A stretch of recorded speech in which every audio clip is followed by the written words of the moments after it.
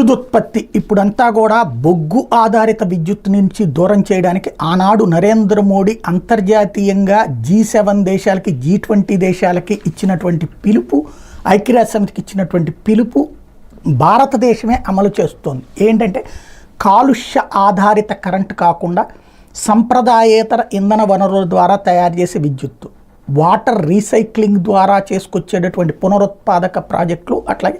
Solar, wind power లాంటిది, వీటికి ప్రపంచం మొత్తం ఒక గ్రిడ్గా ఏర్పడి ఒకళ్ళకొకళ్ళు సప్లైలు చేసుకోవాలని కూడా ఆనాడు నరేంద్ర మోడీ ప్రతిపాదించారు.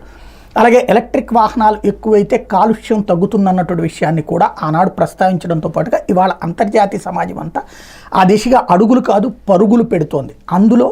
మన వాటా ఏంటి అంటే చంద్రబాబు గారు నిన్న తేల్చి చెప్పారు, 2030 నాటికి భారతదేశంలో ఈ సంప్రదాయేతర ఇంధన వనరులకి తయారు చేస్తున్న దాంట్లో నెంబర్ 1గా మేమే వస్తామని, అందులో